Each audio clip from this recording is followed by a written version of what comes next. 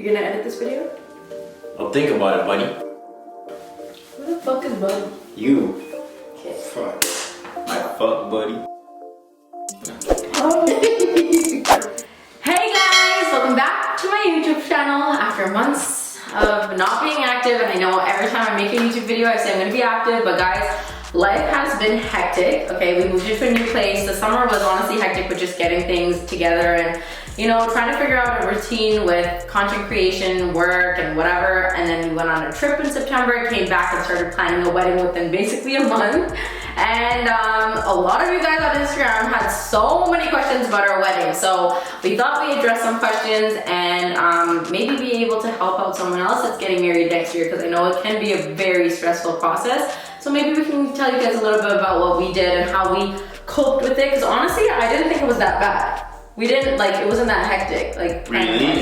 Weren't you the one that was like super stressed? I was, but it was only like 3 weeks of being stressed. Oh my god, I'm so overwhelmed. Yeah, it was only 3 weeks of being stressed. But anyways, let's get into it. I want to start off by saying, guys, that our original wedding date was actually supposed to be in May. I know I did not announce that to anyone, but because of COVID and the way things were going, we just didn't want to take the risk of having like a 10 person wedding, because I wanted like my closest family and friends to be there, and I knew that with the restrictions it probably wasn't going to happen. So we made the choice early January itself to push our wedding, and so we were able to find a date in December, because I didn't want to have a wedding during wedding season, because I also work and do clients on the weekend, so I knew that was going to be a lot, and I had already sent out a bunch of contracts for the summer for my clients, so I wanted to do it off season, and I also needed to make sure that my vendors were available for those dates as well. So we decided on a date in December. So that's why we ended up getting married in December, if anyone was wondering. How's married life treating you? Congrats. Same old, really. Guys, because everyone keeps asking us this question, but guys, we've been living together for 8 months, literally 8 months. So married life is no different. Now there's just nothing. There's no difference at all. It's not like we moved in after marriage. I think that is when people get shocked, and I think that's a question to ask. But we've been we've been living for 8 months. So there's literally, we got married and we came home and nothing changed. Literally nothing changed. How do you feel? Yeah, I mean, everything seems the same, except, you know, sometimes the kisses might be magical. Okay, anyways, next question. Can we get details on your wedding look? Like where you got your sari, jewelry, etc. So, yeah, I was actually really good with planning my saris. I actually got my saris back in 2020, early 2020, like I went shopping for them. I knew from the get that I was gonna get my saris from Cuda, so shout out to them, because I knew that they would customize my saris and I would be able to get what I wanted. Jewelry wise, the second look, I knew I either wanted to do temple jewelry or etiquette jewelry. I wanted to keep it very traditional because it was a very bright red checkered sari. The first sari, the jewelry drove me insane, guys, okay? Because I wanted like oxidized wedding jewelry. I didn't want like the oxidized jewelry that you just wear when you're attending a reception or whatever. I wanted wedding sets, like bridal sets, and everything that I was finding was like from India, and like I just couldn't trust like it being here on time, or like just like I didn't know if it would come looking the same way and stuff. So I ended up finding a bridal set from Gems by Abby that I actually really liked, and it actually went really nice with my set. I did have to change out the nose ring and the earrings and stuff and whatnot, but yeah. Where is your honeymoon, sis? Nowhere. Stay put. Where are you gonna go in a pandemic?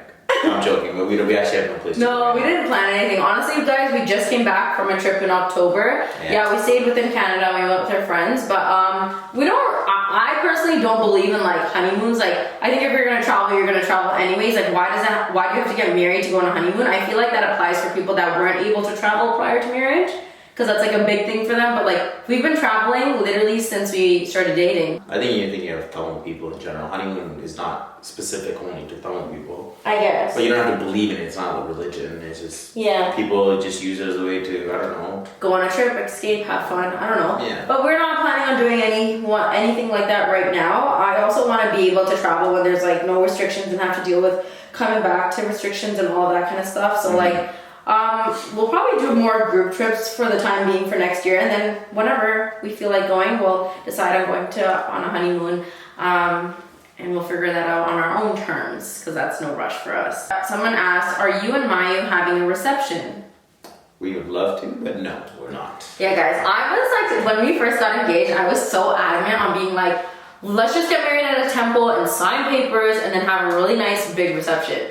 But honestly, because I don't know how people do it or afford it in this day and age, and we actually paid for our entire wedding on our own. We didn't have any help with that. So yeah, like I just didn't see financially how we were gonna be able to have a wedding and a reception. And yeah, like for me, it just didn't make sense financially. I think a lot of people, like I want to do something small, but it's not going to be like at a reception level type of event because honestly, it just doesn't fit within our budget means. Like I don't want to spend, I think that money can be used for investment or like other things. I just don't think it's worth it. So yeah, like if we didn't have a big wedding, then we would have had a reception, but yeah, that didn't happen. So yeah. Hey, what was the most unexpectedly hectic part of your wedding?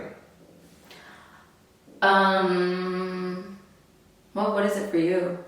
Unexpectedly hectic? Yeah, I think it's just the beginning where it's the groom house, bride house, and then everyone's waking up and there's different parts for each person to do and it all has to come together and it's just like, it's just a crazy time in the morning, but once you're in that car and you're on your way, it's like everything's in motion now. And everything's gonna go forward, hopefully, you know what I mean? It goes forward and that's it. But I think the morning is hectic. It's like super early in the morning. You're tired, you're groggy, it's just, yeah. So for me, I didn't think the morning was hectic because I actually, the bride's house was actually our place. My parents and my sister actually got ready at their own house and then came here in the morning. So I was basically by myself. My two friends stayed over, and Casey. So shout out to Thenu, Harenya, and Casey who stayed over just to make sure like I was good in the morning, the day of. And I started getting ready at 1 a.m. So it was actually really quiet up until people started showing up around like 5:30. So yeah, for me that part was pretty, and I was actually ready before the photographers and videographers got here because that was really important to me. So yeah, that part was okay. I think the most hectic thing was just having like little hiccups here and there. Nothing's gonna go as planned, so never expect that. But I think I was just stressed at one point, just because of a small incident that had happened. But honestly, everything else, in my opinion, everything else went really smooth. There was no rush with the Cuda change or anything either. So I felt like that was really good. Yeah, I think that's the one thing I heard too before getting married. It's like, listen man, nothing's gonna go your way, just expect that. Expect the unexpected, really. That's just how it's gonna be.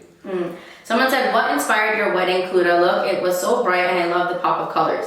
So I actually had, when I went to go look for saris, I literally was like, I want a deep red. That's what I wanted, like a deep maroon red is what I wanted for my Cuda look. And then when I went to Kungumam, Damayanti, which is one of the owners of Kungumam, she was like, oh Joka, I feel like you'll love this sari. And she pulls it out and I literally was like, I need it, I want it, I'm buying it. Like it wasn't even any question, like it was like, it was calling my name and I just wanted it. And the dancer in me was just like, I need this sari. Like I was just like, wow. And so that's when I realized like, and I love both my looks. I can't, until this day, I don't know which one was I don't know which one I preferred. I love both my looks a lot and I think they just tied in perfectly. Which one of Joka's wedding looks was your favorite? Honestly, they both were two different kinds of gorgeous. Like, I don't know, I wouldn't pick. I can't pick. They're just that good. Like, there's okay, but if you had to pick, which one? No, if you had to pick, which one? Probably the red. Really? Yeah, it was really nice. Oh, I feel like a lot of people said the green over the red. Alright, okay. Someone asked, did your wedding go as planned? I think, for the most part, everything went to plan. Like nothing was messed up. There was only, like I said, there was only one hiccup. And I don't want to mention that just because no names need to be mentioned and nothing like that. It's just some things happen and it is what it is. But other than that, honestly, everything in my opinion went so smooth. And my limo ride was so lit with my friends. And like they literally, like my nerves were so high and they literally like brought me back down. So yeah, everything for me went really well. Yeah, I would say that. I was just going to say, we've already went through the previous question. Like, nothing goes as planned. If you expect that, then everything's going to go as smoothly. Yeah. How was the Hindu wedding planning? Honestly, guys, being Tamil and Hindu, I feel like our weddings are too much. Like, honestly, it was like non-stop, like, oh, idu vaangonam, adu vaangonam, idu seyanam, adu seyanam, ipdi seyanam, appdi seyanam. And then obviously the ponurking happened, and then they were like, oh, you can't see him anymore. So for a week I couldn't see him, and I had to do everything on my own. And he was living his best life that week. He went back to his parents' house. His cousins from out of country came in. They were literally going out every single day, while I every day was at home trying to organize, trying to make the house look good, trying to build things, trying to get things, trying to, like, literally I was a hot mess that week. Like, I was every day stressed because of how much we had to do. I had to make bouquets, I had to run around, I had to go to shoppers, I had to do this, I had to go pick up my flowers, I had to organize everything. And my parents were very hands off with my wedding. They were like, do whatever you want. So because of that, everything was on me. Literally everything was on me. So it was a lot, guys. It was a lot. Like, I took a week off of work. I'm sorry, I actually took off Tuesday, Wednesday, Thursday, Friday, 4 days off of work. I took 4 days prior to the wedding off of work, and I felt like I needed to take 4 days after as well, because that's how much, like, I was just drained from, like, all of it. It wasn't bad, but it's just a lot. Like, you can imagine, like, our culture has so much rituals and so many things that we have to obey by and do, that it was a lot. It was a lot. Yeah, I think that's also what adds to our culture, our rich culture and our traditions.